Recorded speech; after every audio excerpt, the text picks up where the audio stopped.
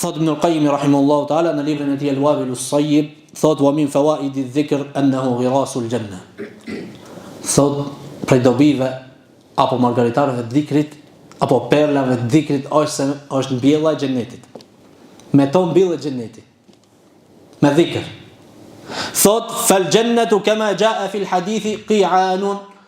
Xheneti është siç ka ardhur në hadith të pejgamberit sallallahu alaihi wasallam, tokë shumë e gjanë. Wa hiya tayyibatu turba, dhe tokën e ka të mirë dhe pjellore. Azbatul ma, ujin e ka të freskët dhe të ëmbël.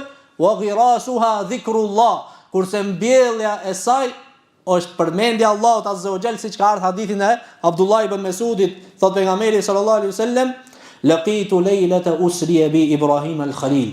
E takova në natën që u bë Israja dhe Mi'raji, e takova Ibrahimin alayhis salam. Dhe tha, o Muhammed, aqri ummataka minni salam. Boj selam ummetit tënd dhe thuaj. Dhe tregoju se xheneti është me tokë të mirë dhe pjellore, azbatul ma, me ujë të ëmbël, wa annaha qi'anun, dhe është tokë e gjanë pafund. Tokë e gjanë pafund, wa anna ghirasuha, se mbjellja e saj është subhanallah, walhamdulillah, wa la ilaha illallah, wallahu akbar. Këto janë për fjalëve më të dashura me një hadith tjetër thot pejgamberi sallallahu alaihi wasallam. Për fjalëve më të dashura të Allahu azza wa jall janë që këto fjalë. Nëse ti e ka falendëruar Allahun azza wa jall. Prandaj thot Ibn al-Qayyim rahimahullahu ta'ala se aslu dhikri, adh-dhikru huwa aslu ash-shukr.